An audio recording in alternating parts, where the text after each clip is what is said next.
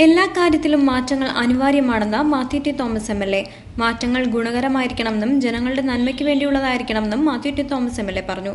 തിരുവല്ല കിഴക്കൻ മുത്തൂറിൽ കൊച്ചിയിൽ കുടുംബയോഗം സംഘടിപ്പിച്ച മെഡിക്കൽ ക്യാമ്പ് ഉദ്ഘാടനം ചെയ്ത് സംസാരിക്കുകയായിരുന്നു അദ്ദേഹം.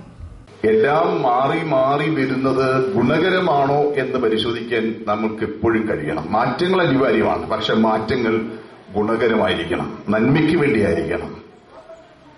ദോഷീയമായ മാറ്റങ്ങൾ കണ്ടുപിടിച്ച് അവയെ തുടക്കത്തിൽ തന്നെ ചെറുക്കുവാൻ, തടയുവാൻ നമുക്ക് കഴിയുന്നതാണ് ബുദ്ധിയുള്ള ഒരു മനുഷ്യൻ, സാമൂഹ്യ പ്രതിബദ്ധതയുള്ള ഒരു മനുഷ്യൻ.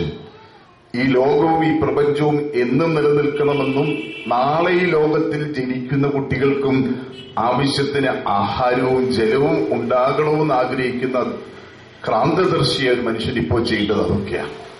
A.T. ഡാനിയൽ അധ്യക്ഷത വഹിച്ചു. കിഴക്കൻമുത്തൂർ സെന്റ് പോൾസ് മാർത്തോമ ഇടവക വികാരി റവറന്റ് ജോർജ് വർഗീസ് അനുഗ്രഹ പ്രഭാഷണം നടത്തി. മാത്തുക്കുട്ടി കോശി, ജോൺസൺ ജോൺ തുടങ്ങിയവർ സംസാരിച്ചു.